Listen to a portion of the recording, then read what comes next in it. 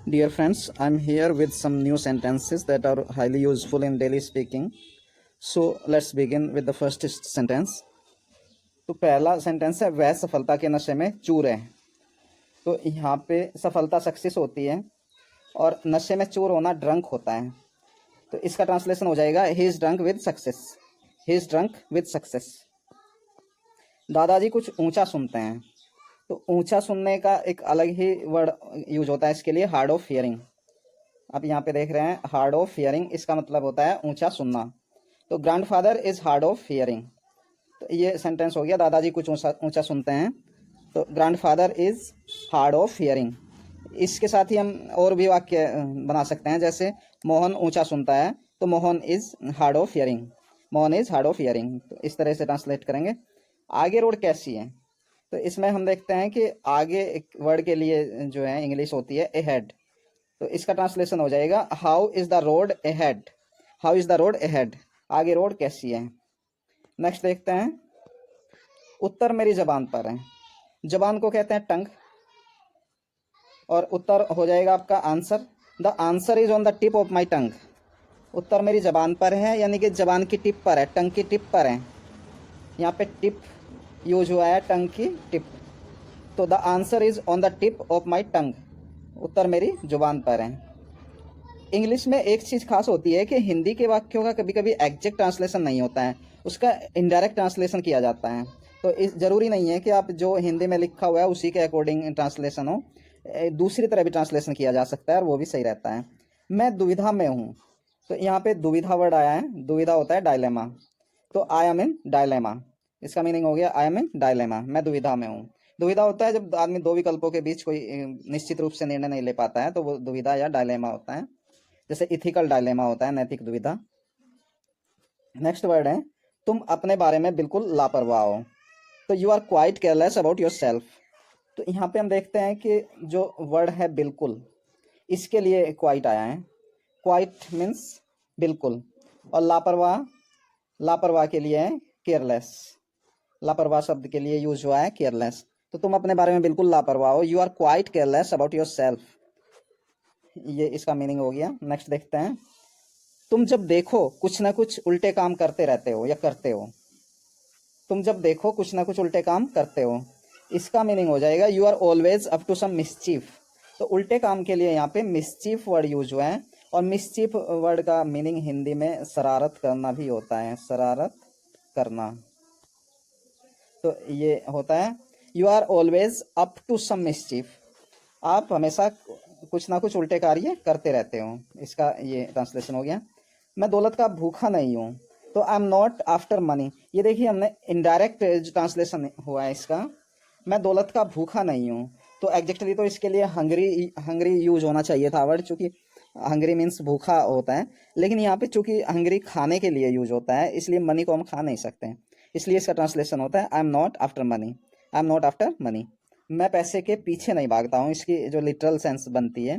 लेकिन इसका इनडायरेक्ट जो ट्रांसलेशन होता है मैं दौलत का भूखा नहीं हूँ, I am not after money. वह सड़क मरम्मत के लिए बंद है। तो सड़क जो है वो रोड होती है, मरम्मत रिपेयर होती है, और बंद है क्लोज्ड। तो the road is closed for repairing, the road is closed for repairing. बाकी सब ठीक है, इसके लिए हम करेंगे रेस्ट एवरीथिंग इज वेल या फाइन। बाकी के लिए वर्ड होता है रेस्ट, REST। रेस्ट का वैसे लिटरल मीनिंग जो है आराम होता है, लेकिन रेस्ट का मीनिंग बाकी या शेष भी यूज होता है, इसलिए इसका जो ट्रांसलेशन हो जाएगा रेस्ट एवरीथिंग इज फाइन। ठीक है मतलब फाइन, ठीक का मतलब फाइन या अच्छा, रेस्ट एवरीथिंग इज फाइन। उसके इरादे सही नहीं है। इसमें आप देखिए कि जो इरादे होते हैं उसके लिए इंटेंशन वर्ड यूज होता है कि तुम्हारा क्या इरादा है, व्हाट इज योर इंटेंशन। ऐसे इसका यहाँ पे यूज हुआ है his intentions are not good, उसके इरादे सही नहीं है, his intentions are not good. सही का मतलब यहाँ पे गुड है, गुड जो है वो सही के लिए यूज हुआ है, सही या अच्छा, ये सब के लिए यूज होता है। नेक्स्ट सेंटेंस देखते हैं, दादी जी कुछ बहरी हैं।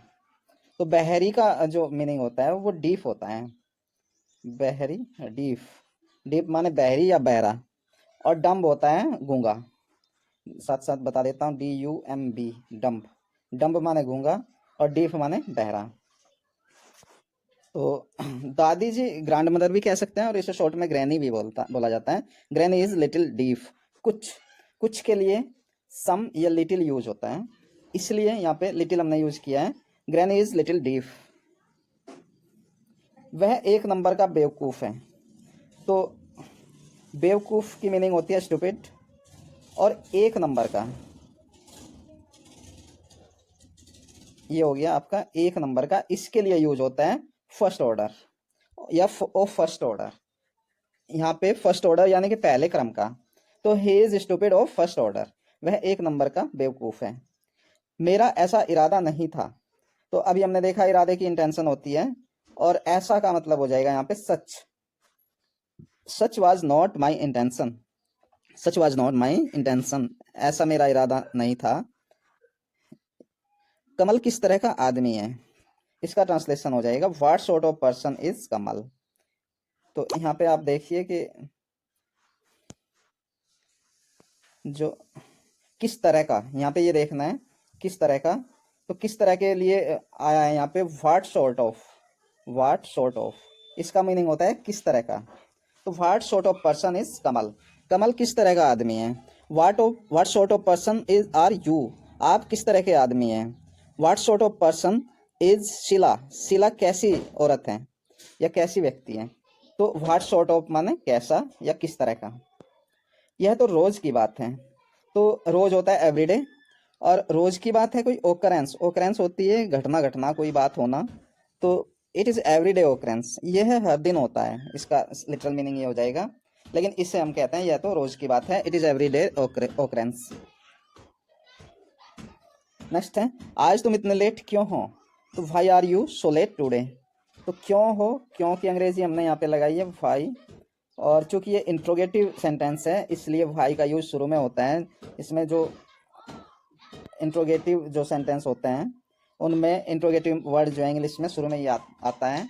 Why are you so late today, इतने लेट या इतने देर से क्यों, तो सो लेट यहाँ पे यूज हुआ है, सो लेट, इतने लेट क्यों। यह तो सचमुच अच्छी खबर है, this is Indeed good news. This is Indeed good news, सचमुच मीन्स हो जाएगा आपका, सचमुच के लिए यहाँ पे इंडीड। इंडीड का मतलब होता है वास्तव में भी होता है, वास्तव में या सचमुच। Indeed, this is Indeed good news, यह वास्तव में अच्छी खबर है, या यह तो सचमुच अच्छी खबर है, this is Indeed good news. हम भी लाचार हैं, इसके लिए हम बनाएंगे हेल्पलेस। लाचार के लिए हेल्पलेस यूज होता है, और भी के लिए TOO2, TOO2 माने भी।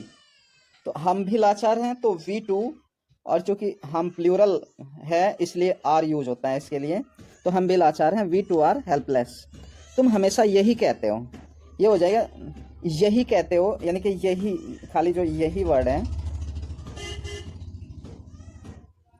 तो दिस इज व्हाट, यह के लिए दिस होता है, और यही के लिए जब हम अंग्रेजी में ट्रांसलेट करते हैं तो this is what, this is what. तुम हमेशा यही कहते हो, और हमेशा ऑलवेज होता है, तो that is what you always say. तुम हमेशा यही कहते हो, this is what you always say. तो ये कुछ आज बहुत ही इंपॉर्टेंट सेंटेंस थे जो डे टू डे लाइफ में हम बोलते हैं, और उम्मीद है कि इनसे आपको काफ़ी लाभ होगा। और हमारे चैनल स्टडी GS को आप सब्सक्राइब भी करिए, और इस चैनल को लाइक भी करिए, ताकि आपको नए नोटिफिकेशन मिलते रहें। धन्यवाद।